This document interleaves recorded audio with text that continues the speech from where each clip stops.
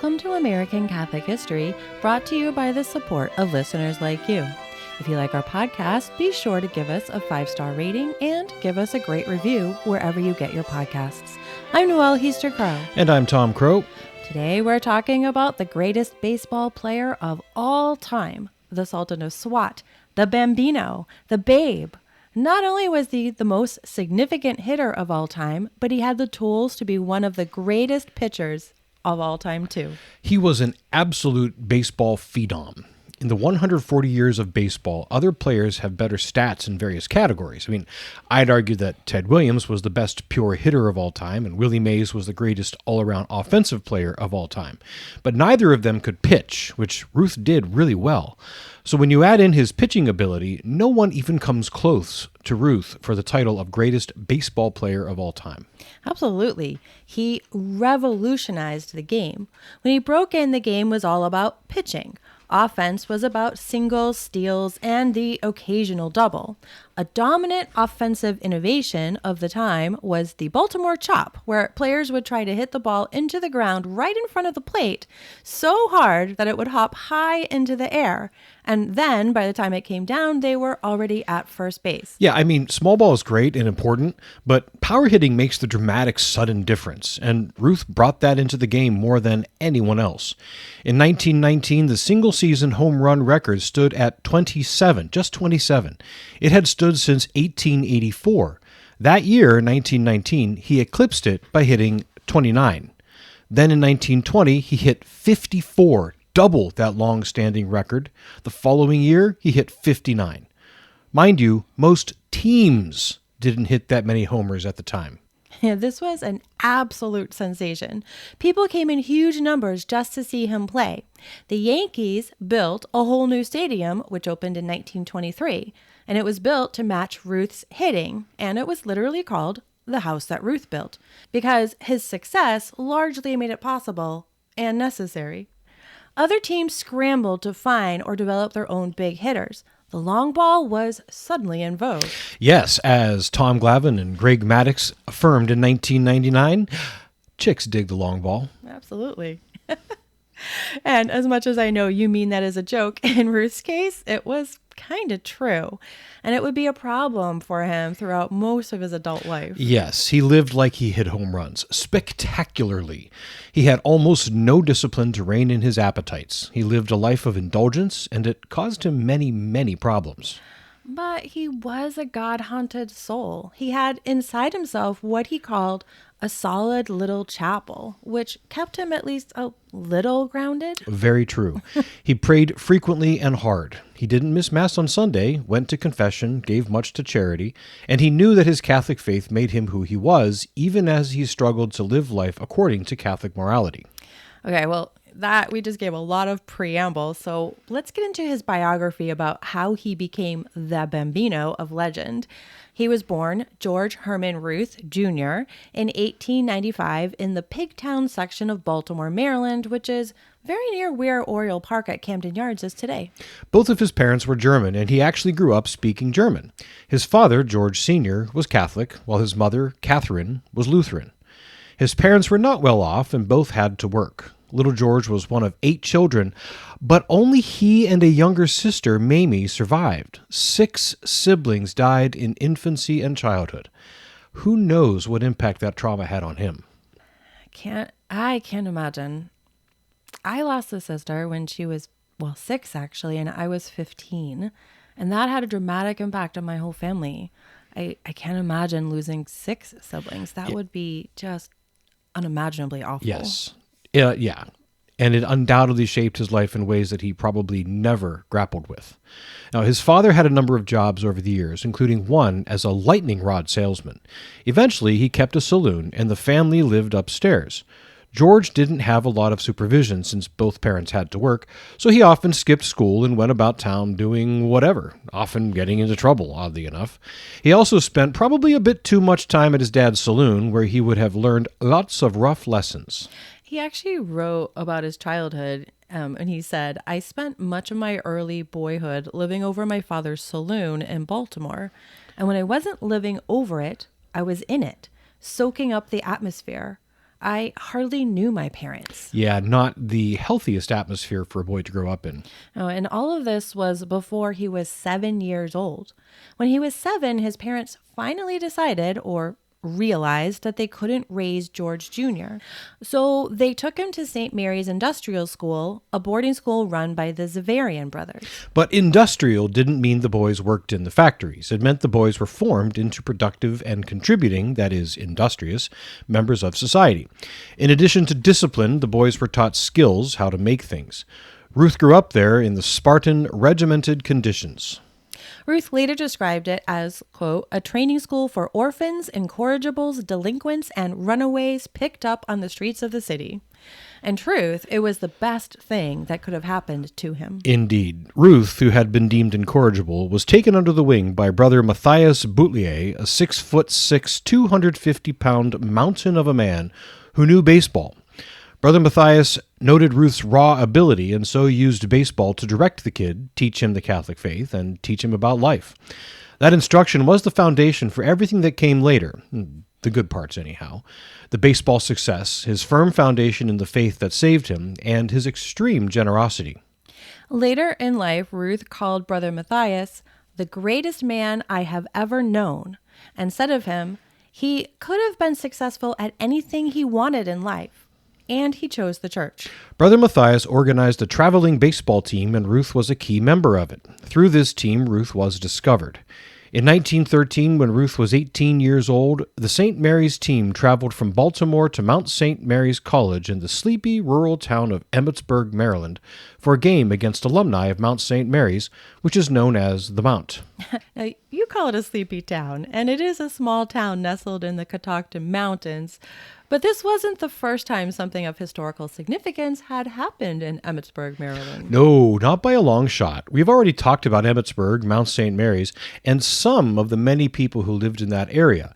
Bishop John Dubois, St. Elizabeth Ann Seton, and Bishop Simon Gabriel Brute, and we'll talk about other Emmitsburg stories in future episodes. But for now, back to the babe at the Mount. The pitcher for the Mount was Joe Engel, who was actually a pitcher for the Washington Senators. He was off that day because, at the time, Washington, D.C. didn't allow baseball to be played on Sundays. Imagine that. I can't. So he went to Emmitsburg and pitched for his alma mater. George Ruth pitched that day for St. Mary's Industrial School. After the game, Engel said of Ruth, "He could really wheel that ball in there. This kid was a great natural pitcher. He had everything." And Engel would have known great pitching because he was teammates with Walter Johnson, one of the greatest pitchers of all time. Plus, Engel himself would go on to become a long-time, highly respected baseball scout. On the train back to Washington, D.C. that night, Engel sat with Jack Dunn, who was the owner of the Baltimore Orioles, which was a minor league team at the time. Engel told Dunn about Ruth. Dunn noted down the name. A few weeks later, another baseball source talked up Ruth, so Dunn went to see for himself. After watching Ruth for just 30 minutes, Dunn signed him to a professional contract on February 14, 1914, for $250 per month. Ruth was 19 years old. But his stint in the minors was very short. He made such an impression that by July, Ruth had signed with the Boston Red Sox.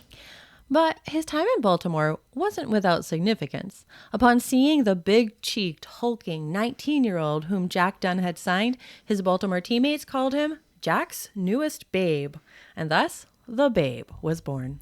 So Babe Ruth went to Boston. As a pitcher with the Red Sox, he won 3 World Series titles and established himself as one of the best pitchers of his day. He threw 9 shutouts in 1916, a record which has been tied once but never surpassed. He won at least 20 games twice, though he only made more than 20 starts 3 times. In 3 World Series, he was 3-0 with a 0.67 ERA, and in 1 World Series game, he pitched a record 14-inning complete game shutout of the Dodgers. He had an overall lifetime record of 94-46, with an ERA of just 2.28, which is still the 16th best of all time. In World Series play, he pitched 29 1/3 consecutive scoreless innings, a record which stood until 1961.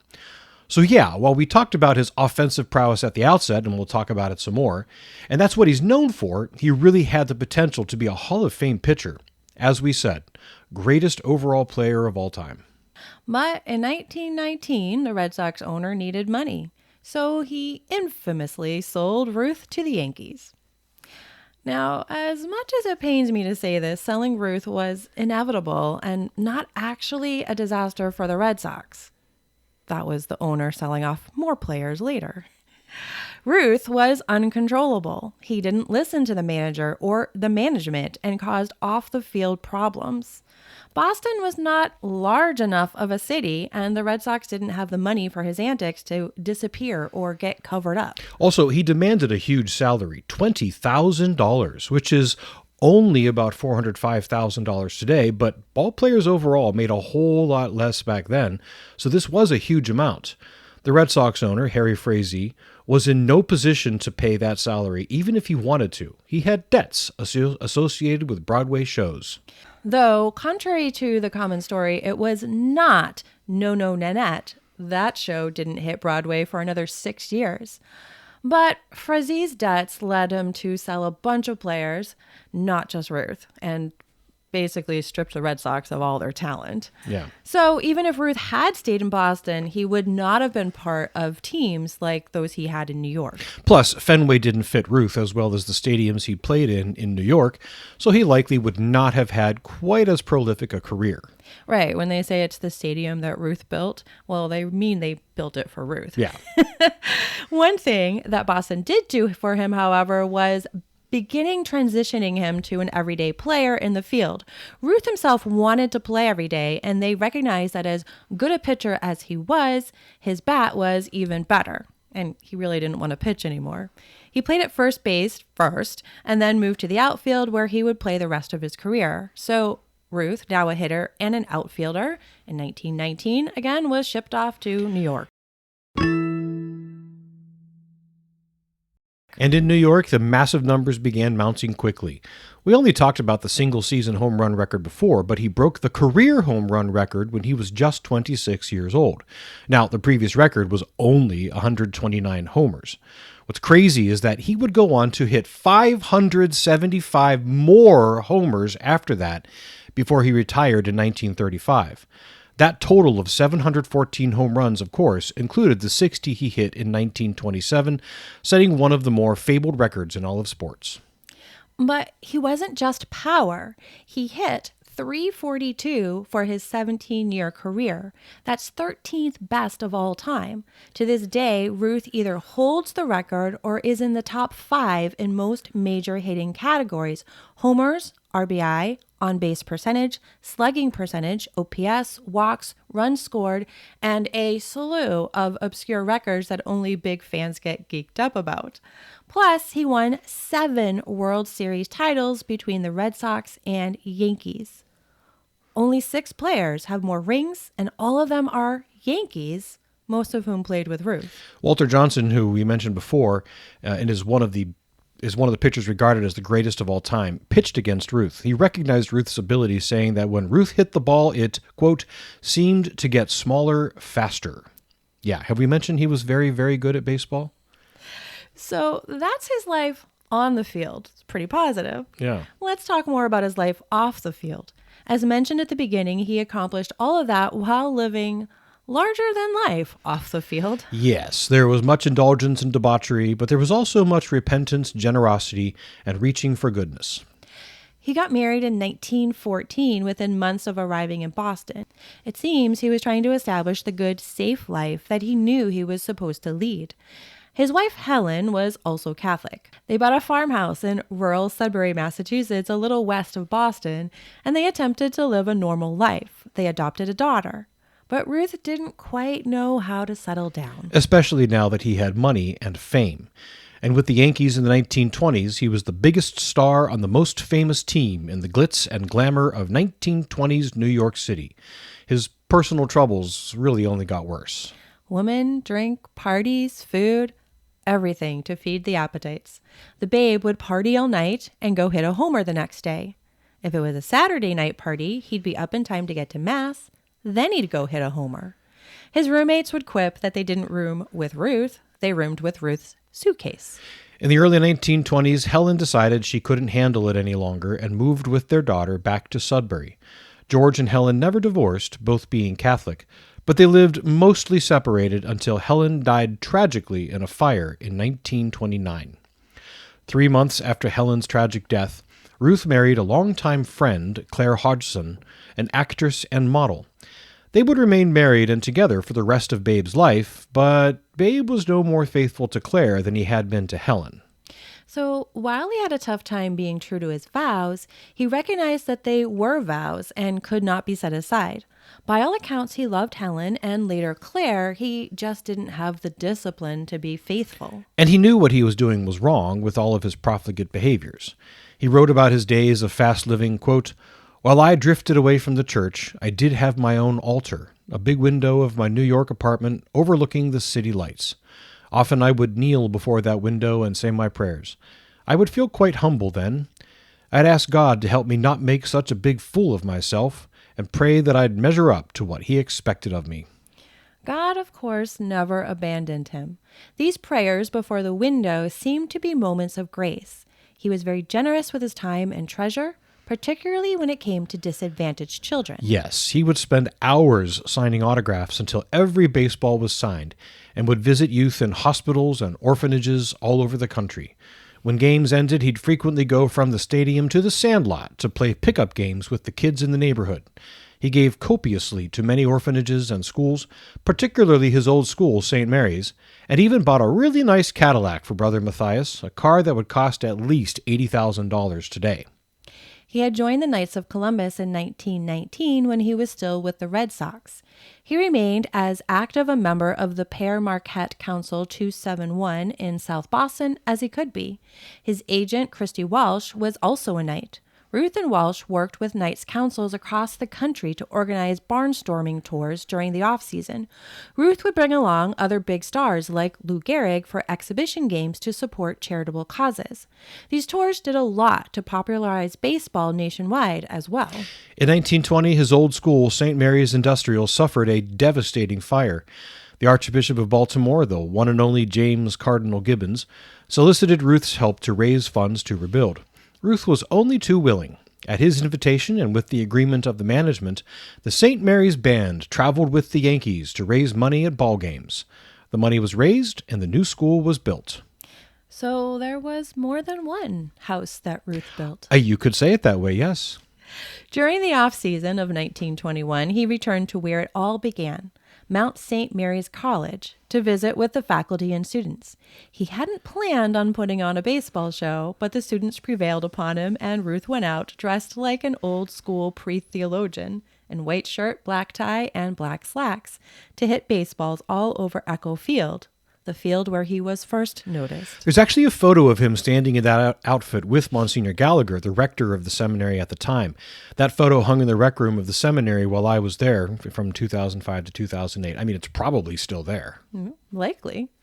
So Ruth lived big in good ways and bad, and his life after baseball showed it. Yes, Ruth's numbers began to drop in the early 1930s, and by 1935 he had retired from baseball. He would live another 13 years filled with exhibition baseball events and charity work, particularly work with sick and disabled children, understandably two groups that were near and dear to his heart. Yes, and his charitable work really grew from that grounding he got at St. Mary Industrial School. He truly believed that his faith saved his life from the unruliness of his youth. But he also recognized that he was a tough one. Yes, he said, quote, "I doubt if any appeal could have straightened me out except a power over and above man, the appeal of God. Iron rod discipline couldn't have done it, nor all the punishment and reward systems that could have been devised." Of the importance of teaching kids religion, he said, "The more I think of it, the more important I feel it is to give kids the works as far as religion is concerned. They'll never want to be holy. They'll act like tough monkeys in contrast. But somewhere inside will be a solid little chapel." Yes. He had a very prodigal son sense of faith. He said, "The lads who get religious training get it where it counts, in the roots. They may fail it, but it never fails them." To pull in a literary reference, it's almost like he acknowledged what Chesterton described as the twitch upon the thread. No matter how far you stray from God, if you are willing, God is eagerly waiting to reel you back in. Babe Ruth was diagnosed with throat cancer in 1946. While waiting for surgery, he received a letter. Everybody in the 7th grade class is pulling and praying for you. I am enclosing a medal which, if you wear, will make you better. Your pal, Mike Quinlan. Quinlan was a 7th grader from Jersey City. The medal enclosed was a miraculous medal. Ruth asked to have it pinned to his pajamas, and he pledged to wear it until he died. The night before surgery in 1946, a good friend, Paul Carey, asked him, "They're going to operate in the morning, babe. Don't you think you ought to put your house in order?" Ruth wrote of that question, "I didn't dodge the long, challenging look in his eyes. I knew what he meant. For the first time, I realized that death might strike me out. I nodded. Paul got up and called in a chaplain, and I made a full confession." He then wrote, "As I lay in bed that evening, I thought to myself, what a comforting feeling to be free from fear and worries. I now could simply turn them over to God." The chaplain brought him communion the next morning. Ruth survived another 2 years, dying of cancer on August 16, 1948, at just 53 years old. Ruth's body lay in state in the rotunda of Yankee Stadium for 2 days, where tens of thousands of fans streamed by to pay their respects. Cardinal Francis Spellman presided at his Requiem Mass on April 19th at St. Patrick's Cathedral. 600 people packed the pews while tens of thousands more huddled outside in the rain. After the funeral, 100,000 people lined the procession route to Gate of Heaven Cemetery, where he was interred. 15 months before he died, he established the Babe Ruth Foundation to carry on his work helping children, particularly those with cancer and other diseases. Upon his death, a lot of his money went into that foundation so his work would continue. Babe Ruth remains an American icon 76 years after his death. He started from nothing, and only the intervention and tender care of a 6'6" mountain of a man with a prayer book and a baseball bat saved him. He achieved the absolute pinnacle of success and made baseball far more popular than it had been before. Though he struggled mightily with virtue, he never lost that solid little chapel inside.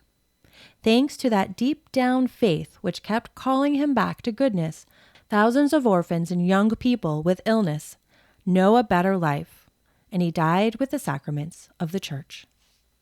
This has been American Catholic History. If you enjoy American Catholic History, please become a supporter. Get information on how to become a supporter at americancatholichistory.org/support. Also on our website, sign up for our newsletter, learn more about Babe Ruth, see about our pilgrimages, and find other great stories from American Catholic history. We also love the great reviews our listeners leave. Those and the 5-star ratings help others find us. You can also email us feedback, questions, tips for episode topics, or other comments at feedback@americancatholichistory.org. You can find us on Facebook at facebook.com/American Catholic History, on Instagram at ACH_podcast, and follow us on X at ACH1513. I'm Noelle Heaster-Crow. And I'm Tom Crow. Thanks for listening to American Catholic History, brought to you by the support of listeners like you.